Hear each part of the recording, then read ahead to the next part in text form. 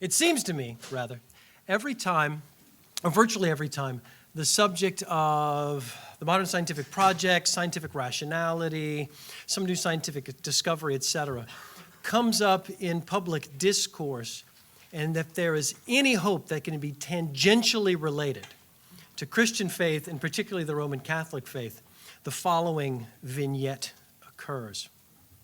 So in the newsroom, everybody goes off to a darkened room around an oaken table on which sits a crystal ball, and they have a seance.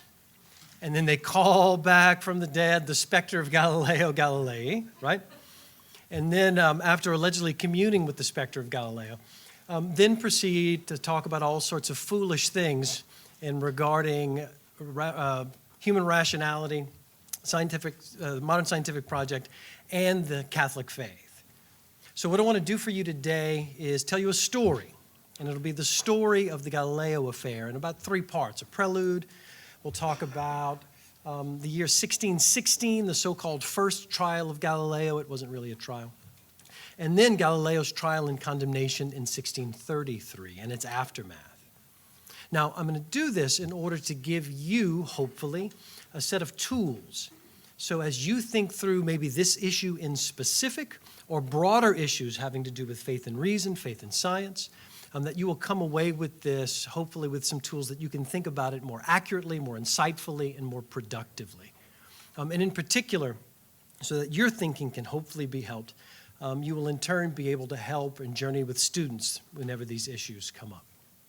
Now, we're going to start not with Galileo, but in the year 1543, and talk about Nicholas Copernicus just for a minute. He was not a priest, he was a canon, the so-called minor orders of the day.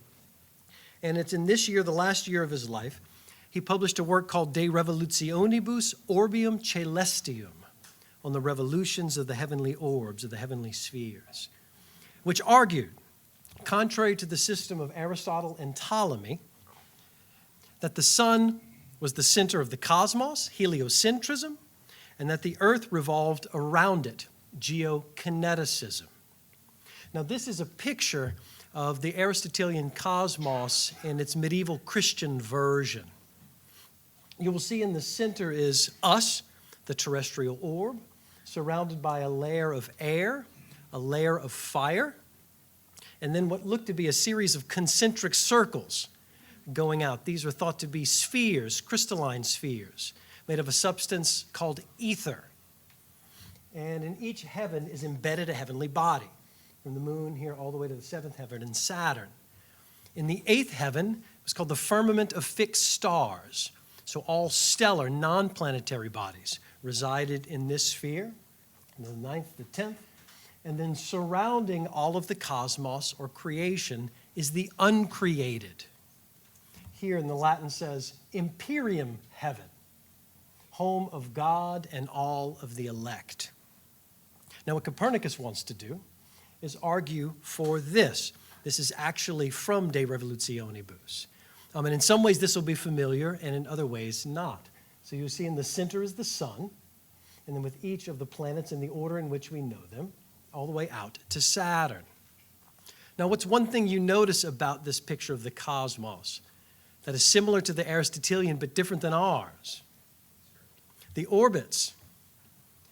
Copernicus still kept the Aristotelian notion that heavenly bodies revolve in perfectly circular orbits. Perfectly circular orbits. Now, Copernicus had completed the work by 1532 and was a fairly well-known, Copernican or heliocentrist of his time. He was also a polymath. He was a doctor, a physician. He had a doctorate in canon law, also a mathematician and an astronomer. Notice we will use the terms mathematician and astronomer to be coextensive, to cover the same ground, to signify the same practice in this era. Now, Copernicus didn't want to publish this initially because he feared scorn on 2 grounds, which I'll share with you in a minute. But in 1533, 10 years before this work is published, a friend of his, a papal secretary, a guy named Johann Widmanstadt, gave a series of lectures in the papal garden to Pope Clement VII on Copernicus's ideas. And the only account of these lectures that we had is from Wittgenstein's journal. And all he says is that Pope Clement found it interesting. Now, the papal reaction in 1633 will be radically different. Hopefully this talk will help you account for those differences. Now, on the advice of some cardinals who were friends of his, Copernicus does publish the work. He dedicates it to Pope Paul III. Now, in some ways, it's more elegant, or rather simpler, than the reigning system of Aristotle, made into a mathematical model by Ptolemy of Egypt in the 1st century AD. And it turned out to be marginally more accurate. So for what they called the inferior planets, Mercury, Venus, and the Moon, its tables, mathematical tables, were marginally more accurate than the Ptolemaic ones.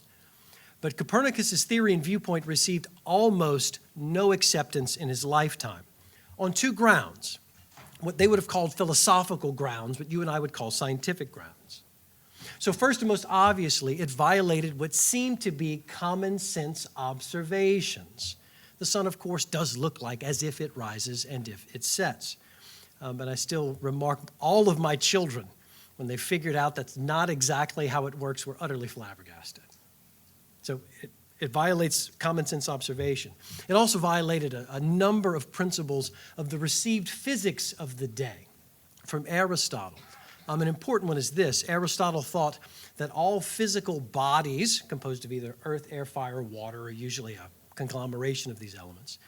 Each of these bodies had its one natural motion. So a body made up primarily of earth, its natural motion was to fall in a rectilinear path toward the center of the earth, the heaviest body, it was thought, in the cosmos.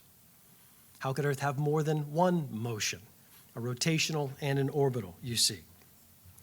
Besides, there were other objections. So if we're moving, shouldn't objects fall at a slant if they're dropped from a ship's mast or a tower? More significantly, and this was an objection brought up by Tycho Brahe, if all of this is in motion around the sun, we should be able to observe something called stellar parallax. As in, the stars should be moving, and actually, stellar and heavenly bodies should be passing across one another. Now, they all knew, and this comes from Aristarchus, an early heliocentrist of the 3rd century BC, that the phenomenon of parallax becomes less apparent the further you are away. So far, by the way, that to the naked eye it is not apparent at all. So Copernicus says, well, maybe the cosmos, the heavenly system, is just this vast.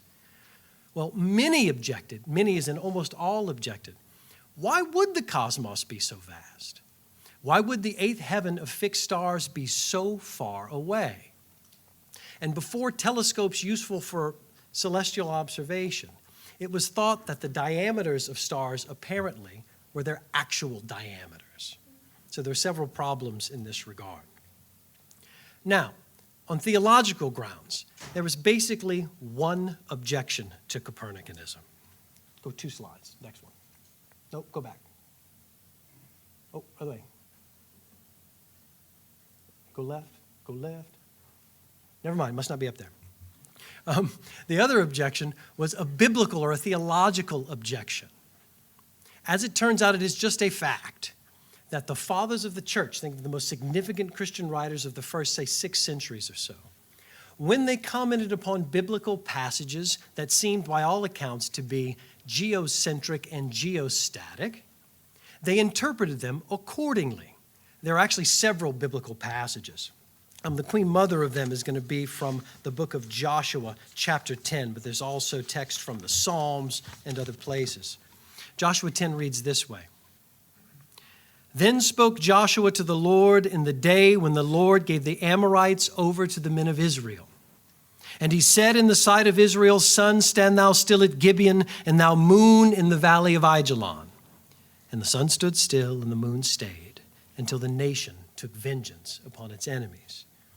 So what seemed to be the obvious sense of the passage was that God stops the celestial mechanics, right, of every heavenly body, including the sun around the earth, lengthens the day, the people of Israel can get on with the beatdown, right, with the time they need, and then starts the whole mess back up over again.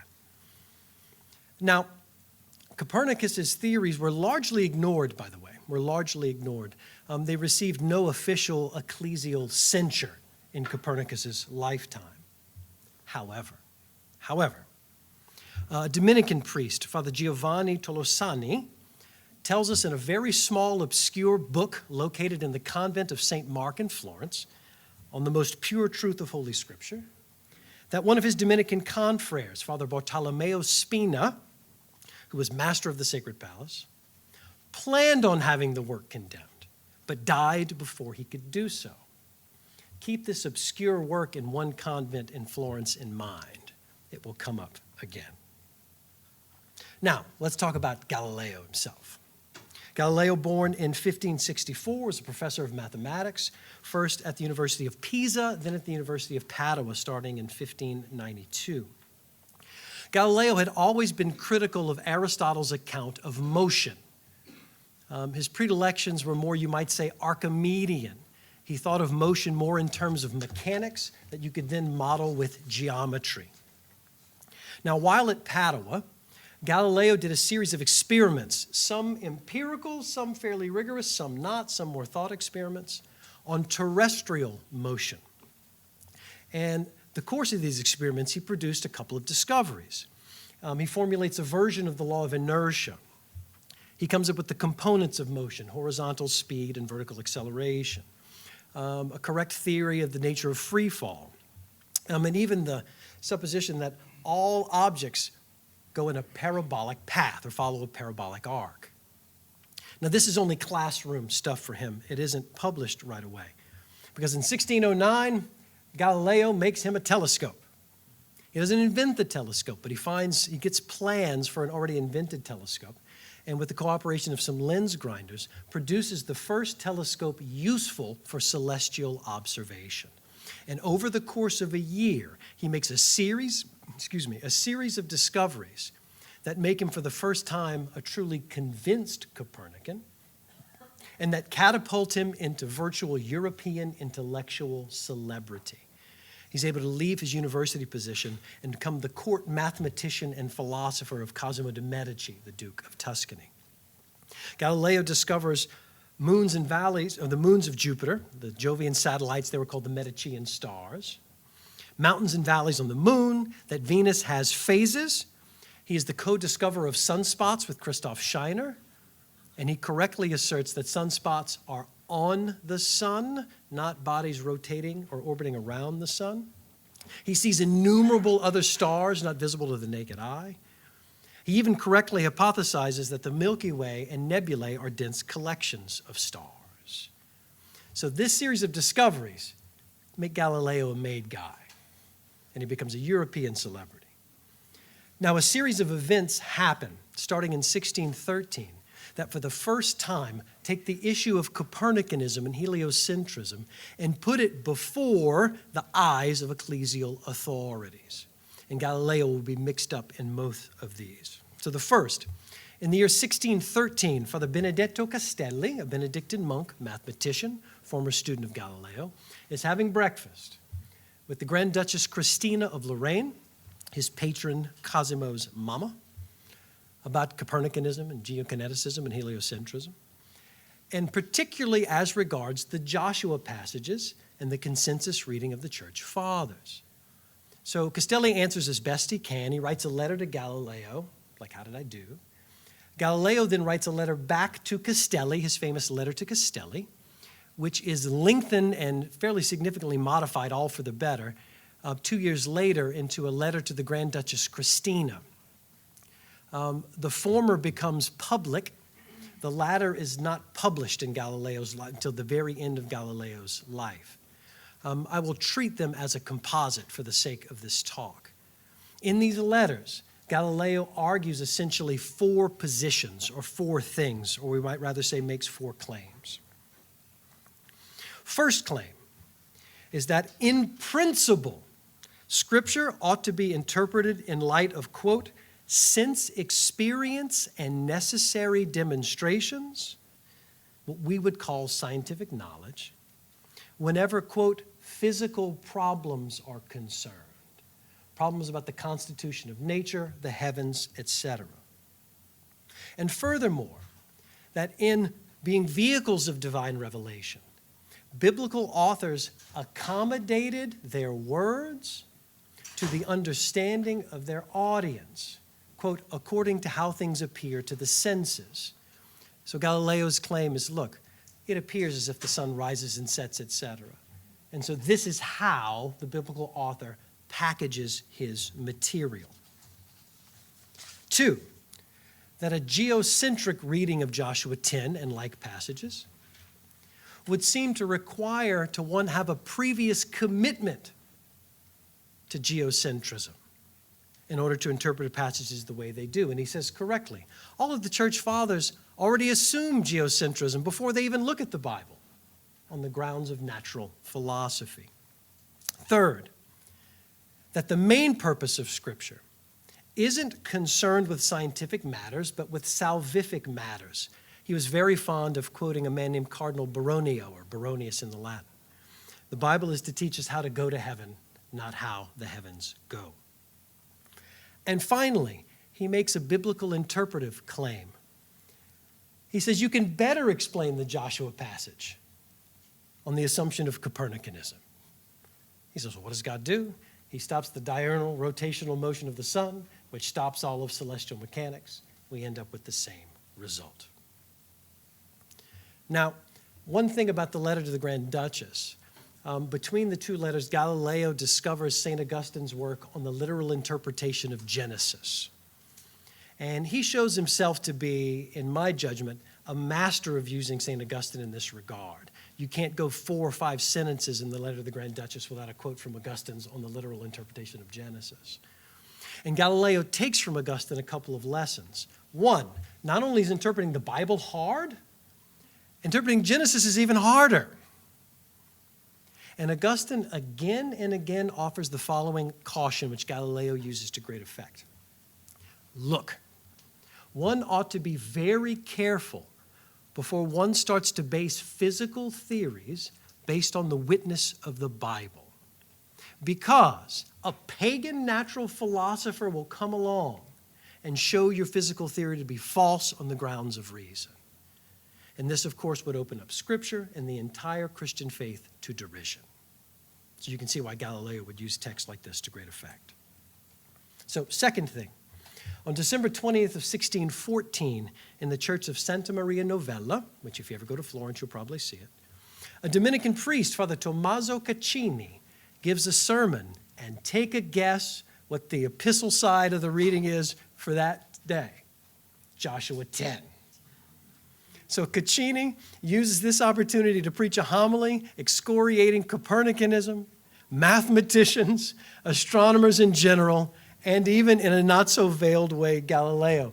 So in the first chapter of Acts, when the Lord ascends into heaven and the apostles are all sort of gape-mouthed, the angel tells the apostles, men of Galilee, why do you stare at the heavens? Caccini changes the Latin to say, men of Galilee, why do you stare at the heavens, right? Pisses off everybody in the church, by the way, because Galileo is so well respected. Caccini was part of a group that was later called the Pigeon League.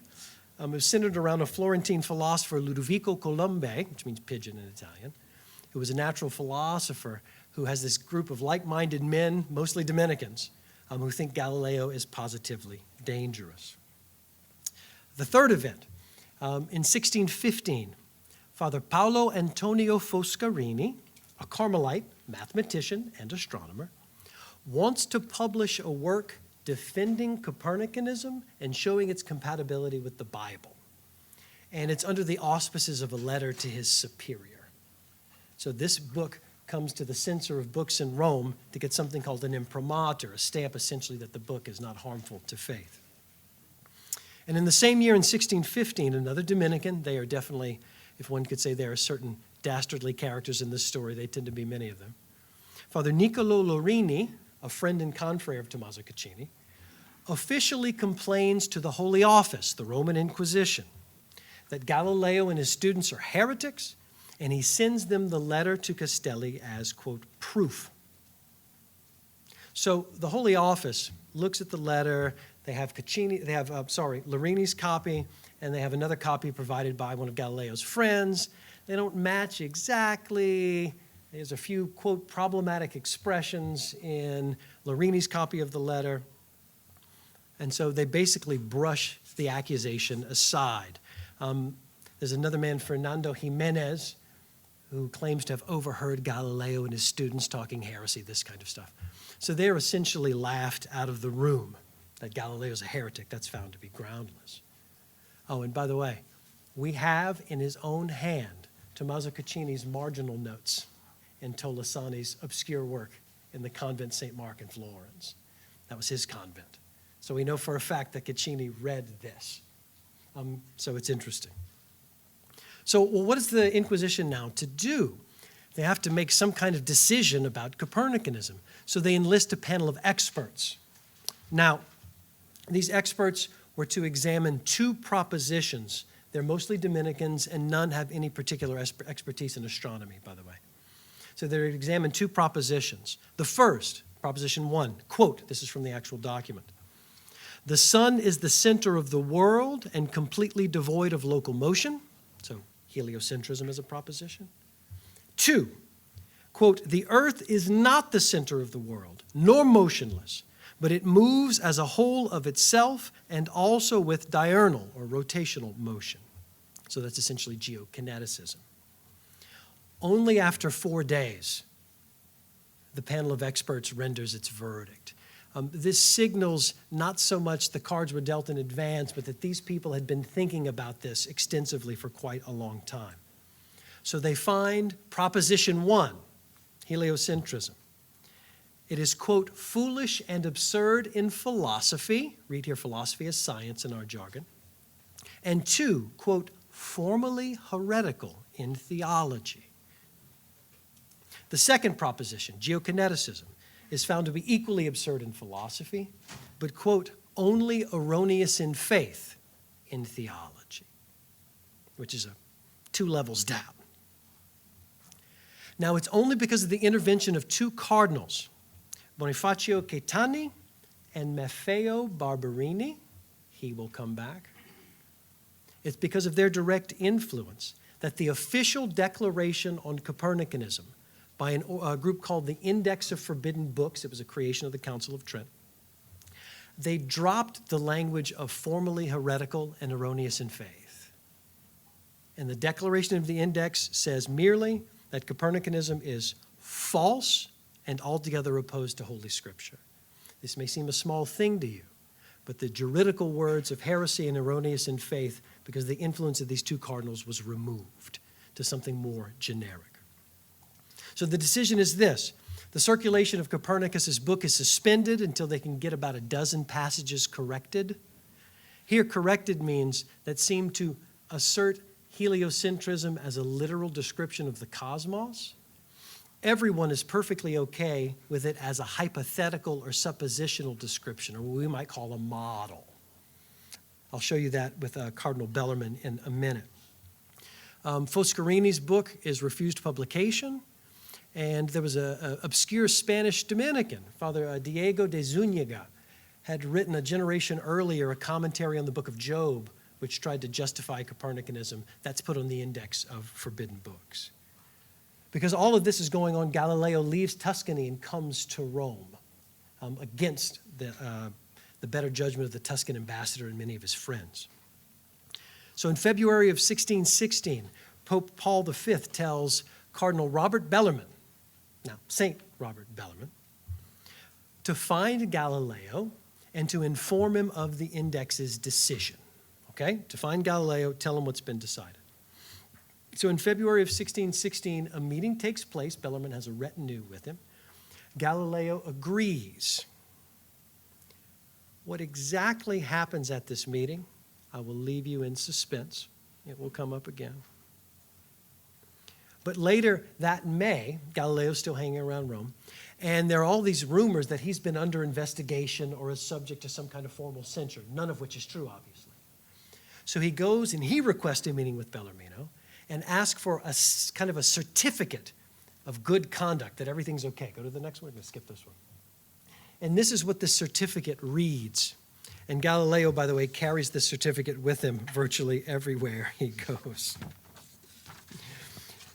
So after an introduction which states that Galileo is not now nor has ever been under any suspicion, quote, on the contrary, he has only been notified of the declaration made by the Holy Father and published by the Sacred Congregation of the Index, whose content is that the doctrine attributed to Copernicus is contrary to Holy Scripture and therefore cannot be defended or held. It's the language of the Index's decision. Now, Galileo interprets this as cannot be defended or held as a literal account of the cosmos, but that he's more than free to hold it as what we might call a hypothetical or a suppositional account of the cosmos. And he does this because he had been in previous contact with Robert Bellarmine since 1615. They knew each other personally, and a man named Monsignor Dini, who was a friend of Galileo, has been the go-between for more than a year between Galileo and Bellarmine. Galileo is trying to win Bellarmine and a couple of other influential Jesuits to basically give him a hearing and be friendly to his position. In 1615, Bellarmine had written a letter to Father Foscarini on the issue. And the letter eventually gets into the hands of Galileo because Galileo is mentioned. It is essentially also for him. Go to the next one, Father. And in this letter, Bellarmine makes three claims regarding the problem of Copernicanism and the Bible. So first, and this is a little inside baseball that's not up here, he introduces the letter by congratulating Foscarini and Galileo for speaking only suppositionally. Bellarmine is a smart guy. This is not a congratulations, it's essentially a warning. He knows that they are both committed Copernicans. This is his way of telling him, you might not want to say that, because he knows where this is going. And by the way, after this incident, Galileo does not write on Copernicanism and the Bible ever again.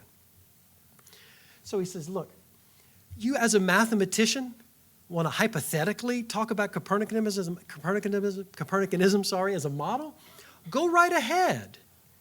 Because Bellarmine thinks that astronomy is nothing more than, quote, saving the appearances. As it turns out, planets do not empirically seem to follow perfectly circular orbits.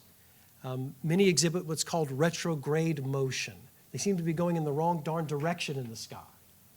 Elliptical orbits will solve this, by the way, but it's unknown at the time. He says, you people predict calendars and celestial phenomenon. That's sufficient for the mathematics. But to say that it is literally true is a whole nother matter.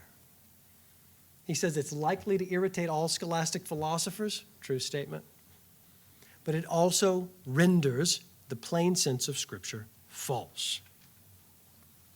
The second thing Bellarmine tells him is about the Council of Trent. So in reaction to the Reformation, the Council of Trent forbade biblical interpretation that departed from the consensus of the church fathers in matters of faith and morals. And he seems to suggest this is what Galileo and Foscarini are doing. But finally, 3, if it does turn out that heliocentrism or Copernicanism can be demonstrated by proof, if you could prove it, Bellarmine doesn't say we would have to reinterpret those passages. He says we would rather just have to say we don't know what these passages mean because they seem so straightforwardly geocentric. Now, Bellarmine finishes this passage by saying, I doubt such a proof is forthcoming. He honestly does not think such a proof is forthcoming. Not only because he thinks astronomy is, quote, an obscure subject. He might tell you, how in the hell do you know what the true constitutions of the heavens is? Do you follow? Too far out there, we can't see it. As it turns out, Bellarmine doesn't care about Aristotle or Ptolemy in this regard. He gave a series of lectures as a young priest at Louvain between 1570 and 1572 with his own version of celestial mechanics based on philosophical principles he liked and biblical passages. Bellarmine was quick to notice the Bible talks about the heavens as if they change. Aristotle says they're unchanging. That must be false. He doesn't have an Aristotelian dog in the hunt, you might say. His dog in the hunt is that, to his mind, the scriptural passages seem to clearly assert geocentrism and geostaticism. For Bellarmine, he's like, there's two ways you can read biblical passages. One is what you would call a literal way or a literalistic way. The words plainly mean what they mean. Or he says in a figurative way. It's obviously a metaphor. If your right eye causes you to sin, pluck it out. He doesn't see a way that the geocentric passages scripturally could serve as metaphors. For what? He rejects Galileo's accommodation move out of hand. And look, as far as the Aristotelian Ptolemaic thing goes, in 1572, there was the supernova that Tycho Brahe chronicles. The notion of an unchanging celestial cosmos has been quickly eroded. So that becomes for Bellarmine not so much the issue, but for Bellarmine it is a biblical issue. But if it could be proved, he's like, of course we would have to look at the passages differently. So both Galileo and Bellarmine do agree on certain things, certain fundamental things. First, they do both agree in their own way that what we would call scientific facts are utterly relevant for the interpretation of the Bible. Utterly relevant. They both think that what we would call scientific facts or truths of reason are in complete accord with truths of revelation of faith, if one properly understands them. They both agree with, or both believe in what we would call the unity of the truth. If it's true, it is true, whether from revelation or from reason. Yet they disagree in many fundamental ways on what would constitute proof and if there is or is not, quote unquote, proof. As it turns out, Galileo ain't got no proof. Every one of his data points, which, by the way, had been confirmed multiple times by Jesuit astronomers. So his data points are never at issue. Every one of those data points, the Jovian satellites, the phases of Venus, the diurnal motion of the sun, can all be taken into account by this model of celestial mechanics. This is Tycho Brahe's model, which is geocentric and geostatic, but other than the moon, as every other heavenly body orbiting around the sun as it orbits around Earth. It can take into account every one of Galileo's data points. Now, how widespread was adhesion to this kind of view is not important right now, not very widespread.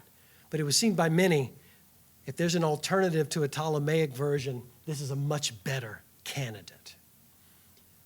Galileo's favorite proof, because he thinks it's, quote, more apparent to the senses and immediate, is his tidal proof. So Galileo thinks that the rotational motion of the Earth sloshes around the oceans much like you would slosh around water in a bowl, and that the lunar explanation of the tides, Kepler's, is superstitious, occult forces like this. It's just balderdash. Now, as it turns out, Galileo's wrong, even though the rotation of the planet does exert a minimal account for tides. So Galileo has no proof. The proof is slow in coming. It's not really until Newton's Principia and his laws of planetary motion in 1687 that we have a coherent theoretical framework for heliocentrism. In 1729, an English astronomer, James Bradley, discovers the aberration of starlight. You might think of a photograph of a freeway taken in motion. You have little light trails coming from the taillights. Friedrich Bessel, a German astronomer, in 1838 finally confirms that stellar parallax is greater than zero. That is really the final empirical nail in the coffin of geocentrism, etc.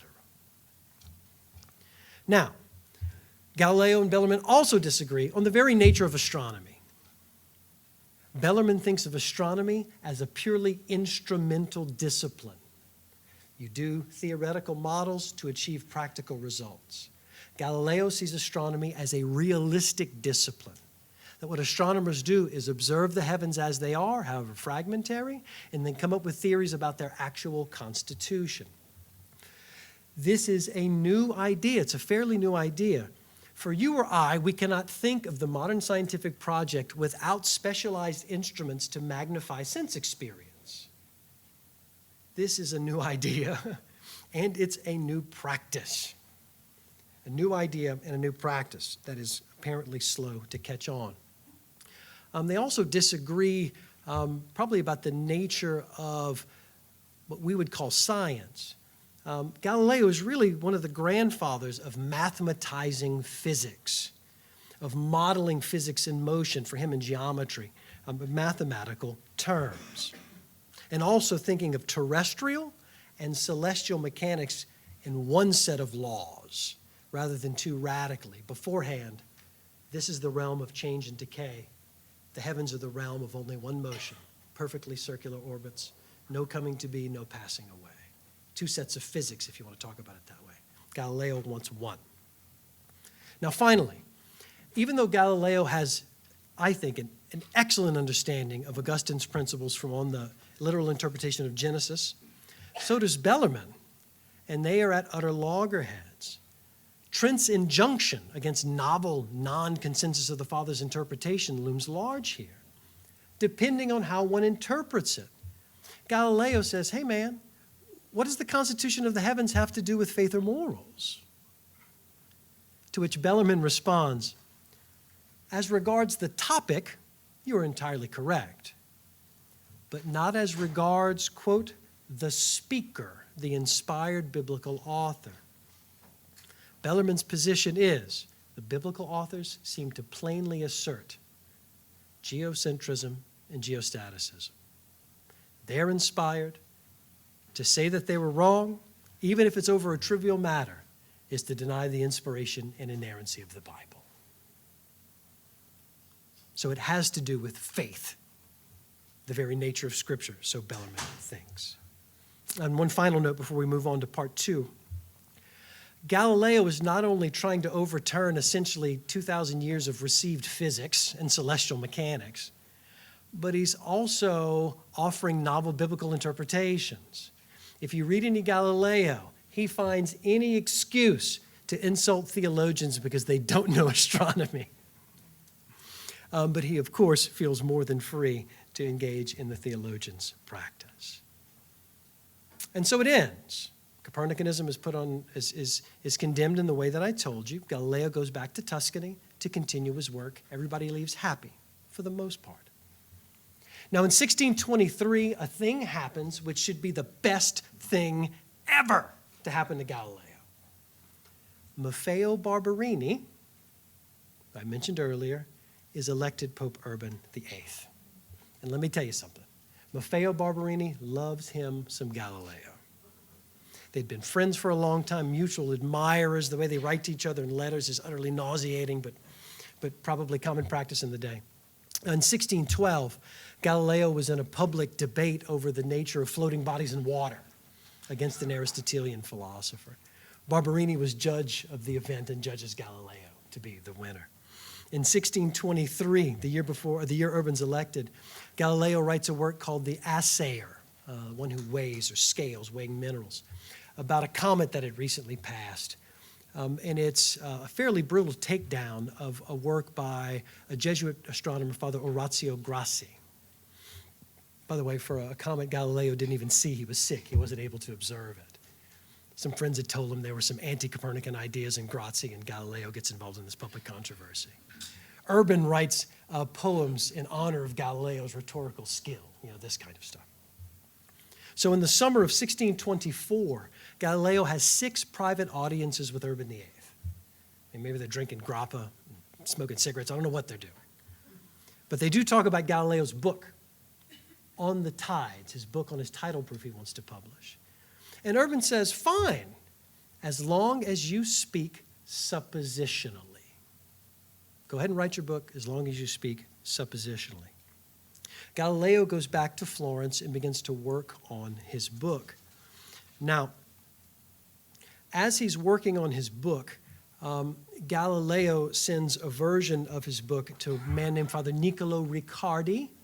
He was the Roman censor of books, to get the book an imprimatur, permission to be published. Now, Riccardi actually has some very nice things to say about the book, but he gives Galileo a list of corrections and additions he must make in order to get the imprimatur. So he's essentially given conditional approval. The first request is that he includes, quote, the medicine The medicine is a pet argument of Urban that he thinks will trowel over all controversy in this regard. So Urban says, look here. This whole controversy is about proof, correct? In one way or another. What if proof in these matters was impossible? God's omnipotent? Yes. That means he can do anything? You say yes. Could not God have any number of invisible, undetectable causes for any given empirical phenomenon? You already said yes. Next step, you go, sure. Urban then says, well, then proof is in principle impossible in these matters. Now, I hope you all just got sick a little bit because this argument is terrible. It evacuates natural philosophy. It evacuates the scientific project. You understand, if we can never find true causes, we would never search. If we knew beforehand, we couldn't find them. So he's got to include this. He has to add a preface which clearly states the decision of 1616, his allegiance to the decision. This work is only suppositional. They request that he changes the title from On the Tides. This is personally from Urban, and changes the title from On the Tides to A Dialogue Concerning the Two Chief World Systems, the Ptolemaic and the Copernican. Well, its publication is delayed for 2 years because of a plague in Tuscany. So it's not until 1632, and Galileo goes back to the drawing board, does a little more tinkering, and as it turns out, he wasn't exactly strict with applying the rules given for his conditional approval. He played a little fast and loose with those. So it's published in 1632. It's the form of a 4-day dialogue between Salviati, a Copernican, Simplicio, an Aristotelian, at the home of Sagredo in Venice. Salviati and Sagredo were two deceased friends of Galileo. Simplicio is supposed to stand for Simplicianus, an early ancient commentator of Aristotle. But in the Italian of the day, semplicione, simpleton, is deliciously close, and it is intentionally close. Because Simplicio he's an idiot. Yeah, he can't follow any of the arguments. His arguments are not very good, right? Well, eventually this book makes it into the hands of Urban VIII, as in some functionary, we don't know who, reads some choice passages. And according to Francesco Niccolini, the Tuscan ambassador, the Medicean ambassador, Urban, upon hearing these passages, I have been deceived. Urban is now pissed. And Galileo is summoned to Rome to be questioned by the Inquisition. So you're like, what the hell's going on here? Okay. So it's instructive to read the official complaint from the hand of Niccolo Riccardi about what Galileo did and didn't do. So first, he, quote, puts the medicine at the end on the lips of the fool. So Galileo places Urban's argument on the lips of Simplicio on the very last day of the dialogue on the last page. Simplicio, and this is right after day 4, the title proof. As for the discussion we have had, especially the last one about the explanation of the tides, I really do not understand it completely. This is vintage Simplicio, by the way. Indeed, I always keep before my mind's eye a very firm doctrine which I once learned from a man of great knowledge and eminence, and before which one must give pause. And we get a 2-sentence version of Urban's argument, to which Salviati says, an admirable and truly angelic doctrine. Anyway, and he starts talking about something else and draws the dialogue to a close. This can easily be read as sarcastic. It also turns out Galileo played fast and loose with some of the changes that Riccardi had requested. The preface is in a different typescript, fairly separate from the main body of the text. There are some other things he didn't do. Thirdly, Galileo clearly argues for the truth of Copernicanism and that it's a better theory than the Ptolemaic. I mean, he does clearly, he does forcefully, and this is obvious to every reader. And possibly more interesting than all of this, Urban learns the specifics of the February 1616 meeting between Bellarmino and Galileo. As it turns out, there were some things that happened that night Galileo had forgot to tell him about and had forgot to mention. It was found in the 1616 file. So next slide. As it turns out, part of the retinue with Bellarmino is Father Michelangelo Segizzi, or Bishop Michelangelo Segizzi, who worked for the Holy Office. And if you read the document, Bellarmine gives Galileo the warning, Galileo acquiesces, and then Segizzi steps in. And he extracts from Galileo a much more restrictive promise. The aforesaid Father Commissary of the Holy Office, Father Segizzi, Bishop Segizzi, ordered and enjoined the said Galileo, who was himself still present, Galileo's still in the room, this is after Bellarmine's warning, to abandon completely the above-mentioned opinion that the sun stands still at the center of the world and the earth moves. He had already done this. And henceforth not to hold, teach, or defend it in any way whatsoever, either orally or in writing. Otherwise, the Holy Office would start proceedings against him. The same Galileo acquiesced to this injunction and promptly obeyed. Urban's thinking, Galileo didn't tell me about this. As in, he made a promise not to write on this in any way. Now, for long times, it was thought that this might be a forgery, something somebody throws together and conveniently finds in the Inquisition file. In 2009, it was looked at. It's almost certainly genuine. It's in the exact same handwriting as everything else in the 1616 file by the same secretary. So it's, by all accounts, undoubtedly genuine. And finally, one small thing. The Pope's Chamberlain, Father Monsignor Giovanni Ciampoli, a friend of Galileo, had been telling Urban for years, I'm Urban. Monsignor Giovanni, how's that book going? Your friend Galileo's book. Boss, it's fine. He's constantly reassuring Urban everything's going to be fine. Everything wasn't fine. So, also turns out Ciampoli is suspected with sympathies to the Spanish, many of whom are calling for Urban to be deposed. Why? In 1632, Cardinal Gaspare Borgia, the Vatican ambassador to Spain, publicly in a consistory of cardinals, questioned Urban's fidelity to the Catholic faith. Because Urban was for an alliance between France, the Bavarian Catholic League, and Luther in Sweden during the 30 Years' War. He's on the side of the heretics. So let's say Urban's street cred as a defender of the faith has been marred. So Galileo doesn't want to go. He makes all sorts of excuses. He says he's sick. They go back and forth. Finally, he gets something from Rome.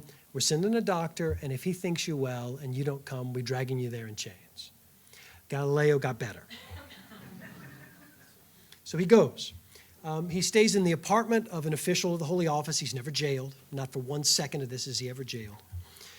He has a servant. He receives meals. He can take carriage rides around the Vatican garden. So he's deposed 3 times, has 3 interviews. The first deposition in 1633. Galileo acts as if, what? What did he say? He admits to agreeing to an injunction, but he's like, in any way, whatever, not to hold, not to teach. I'm an old man. That was 17 years ago. But they did tell me something, and I agreed. He's done. I agreed to something. What I was thinking about was this. And he pulls out Bellarmine's certificate, which no one had ever seen before. I was just going by this thing that Bellarmine told me, my certificate, keeping it here in my pocket. So this screws up the whole kind of thing, and they adjourn. So the initial case is about 2 things. Did Galileo violate the Index's decree of 1616? Had he argued for the literal truth of Copernicanism? And you'll see clearly he did. And did he violate what he was ordered to do by Segizzi? Even if this was a forgery and was fake, which it's not, the first charge is sufficient, by the way. But this is mentioned in the official summation of the sentence. Now, there are indications that there are some people involved who want this done speedily and leniently so that everybody wins because of Galileo's stature. We want to save all embarrassment. So Father Vincenzo Macolani, who's the head interrogator, wants this, and he's telling Francesco Niccolini, the Tuscan ambassador, this. There are indications that after the first deposition, Galileo has received some coaching from Macolani. Because Galileo's second deposition, he says, okay, I've been hanging out, got nothing else to do. You guys were kind enough to give me my book, and you know what? I read it again, and you're right. Like, I don't know how this happened. Maybe hubris, maybe I got too excited. Yeah, the arguments in here are way overblown. He essentially says, I'm sorry, and he throws himself on the mercy of the court and says, I'll do whatever you want me to do to make it right. Which is very different from the first meeting. He's deposed a third time where they tried to ascertain his intention. And so he's asked explicitly, when you were told to abandon this opinion in 1616, did you? And Galileo's, oh, of course I did, which is probably not true. So Galileo is constantly being reassured by Niccolini, you're going to be fine. He's summoned again, and this time not to be deposed. He's given a white penitent's garment, and he must know things are not going to be all that fine. And in this fourth meeting, he is tried. Now, as this is going on, we have a report from Niccolini that Pope Urban tells him, look, man, these judges for the Holy Office are judging this case. I couldn't stop it now, even if I wanted to. Well, there's no indications Urban would have wanted to stop it.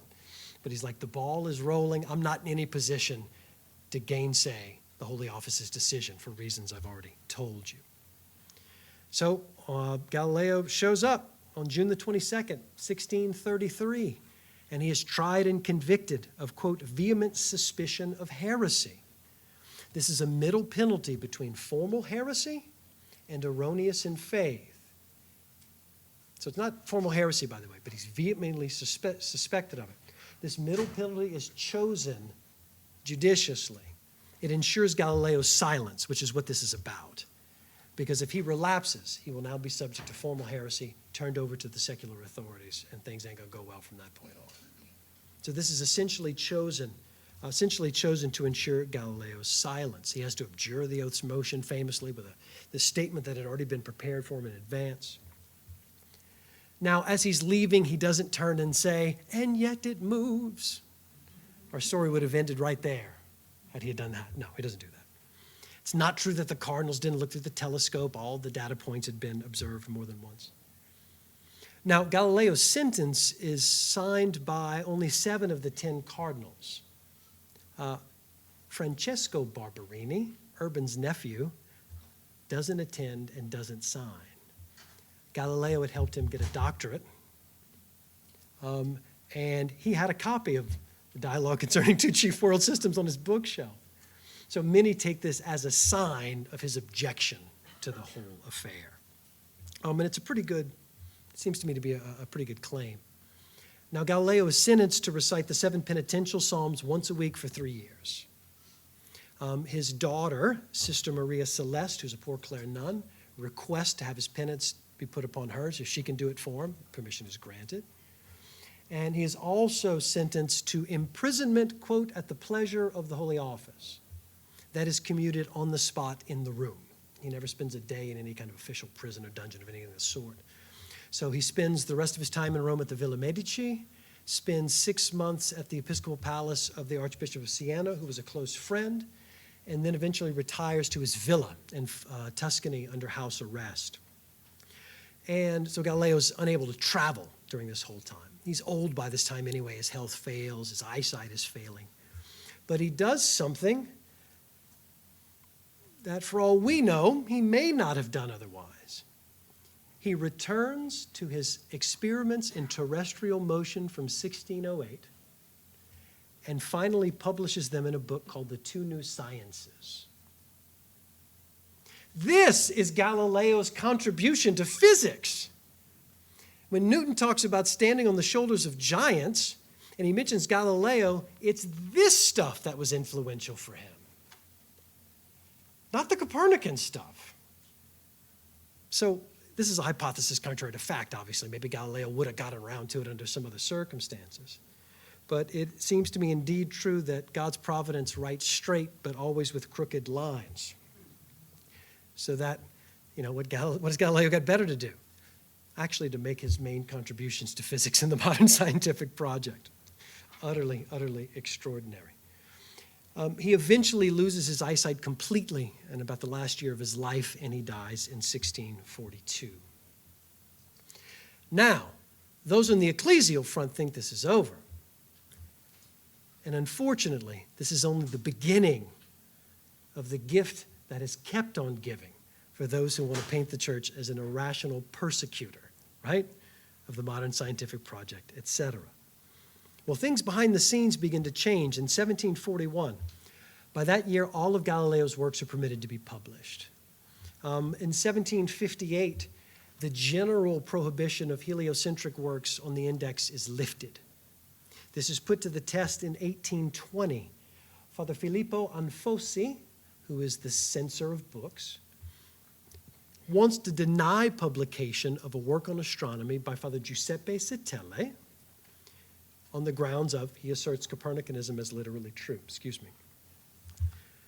Dominicans in the Holy Office meet and overturn the decision in consultation with the Pope. Because they look, this has been proven. So there are no longer any empirical proofs that stand in the way. So you have to let this be published.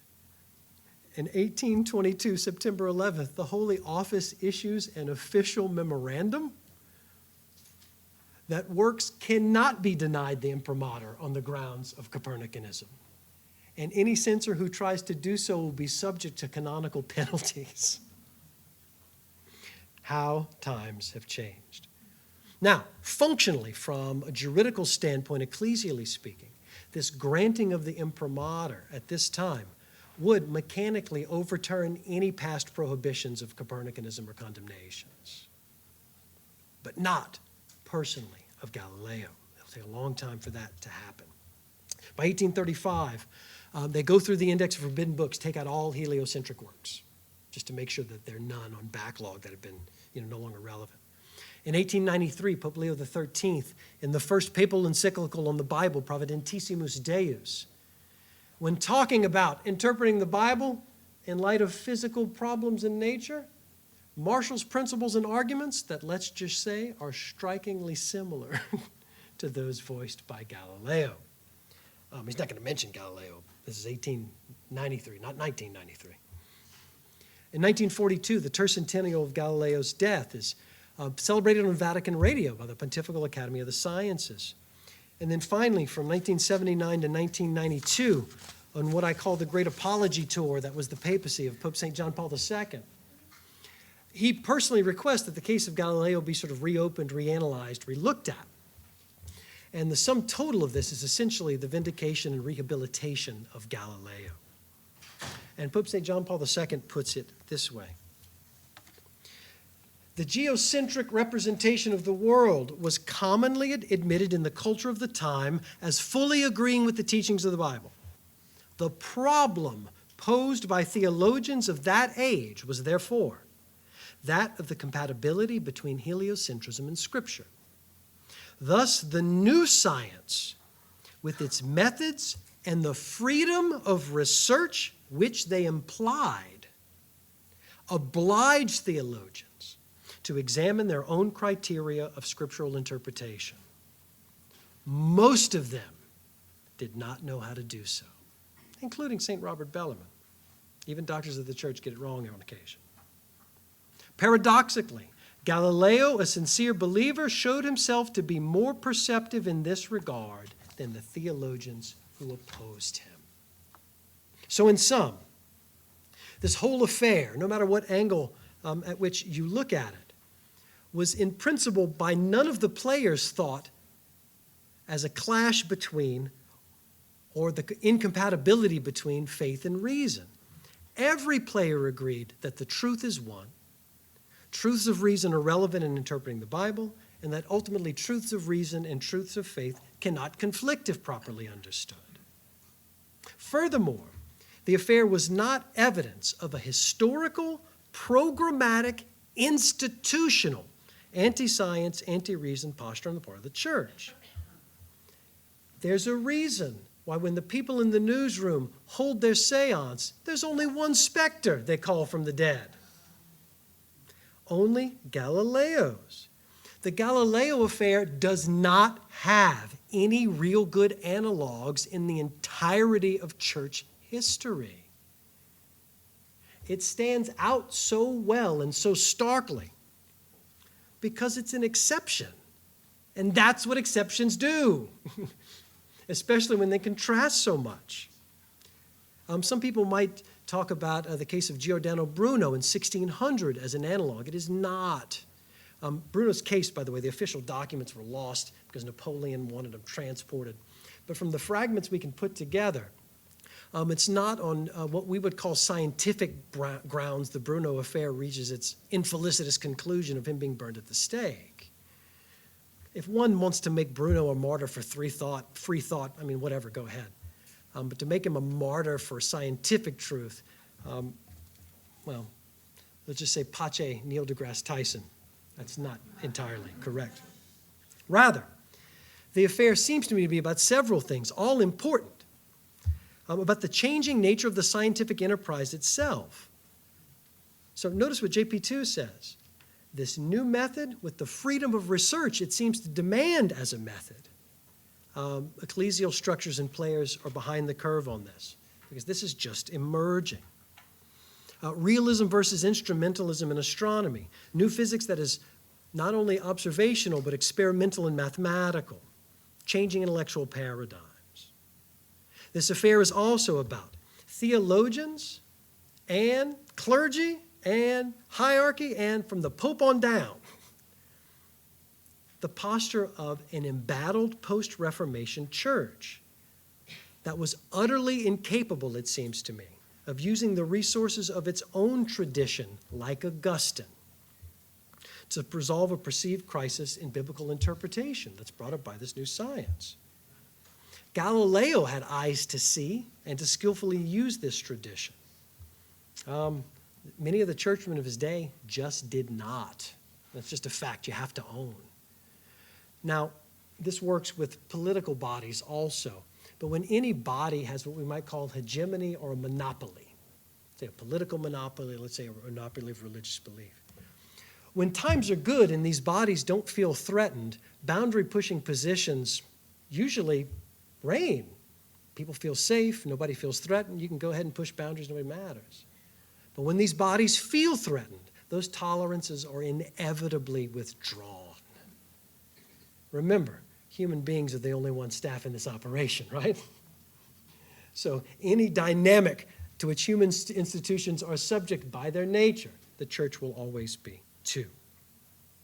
If one wants to say that Galileo was treated in an authoritarian way by an authoritarian church, fair enough. It was an authoritarian age. Do you understand? Our conception of freedom of thought, even the freedom that the scientific discipline might demand in order for it to be itself, there aren't very many who are on board with that paradigm quite yet. That's long in coming. So it seems to me that Galileo is indeed a personal, historical, and it's an ecclesial scandal. I use the word scandal in the sense of a stumbling block. A stumbling block to faith. Like I said, it's the gift that keeps on giving. Hopefully, now that you have maybe some tools, some modest tools, to think about it or understand it in maybe a more nuanced way or a deeper way than you did before, at least you and I won't be responsible for future scandals of the same sort. And look, that's a good place to land, but one more thing. So look, the church learned its lesson in this regard. In the early 20th century, there were people pressing heavily on the Holy Office to condemn Darwinism. But the church had learned its lesson because of the Galileo affair. God writes straight with crooked lines. Thank you for listening.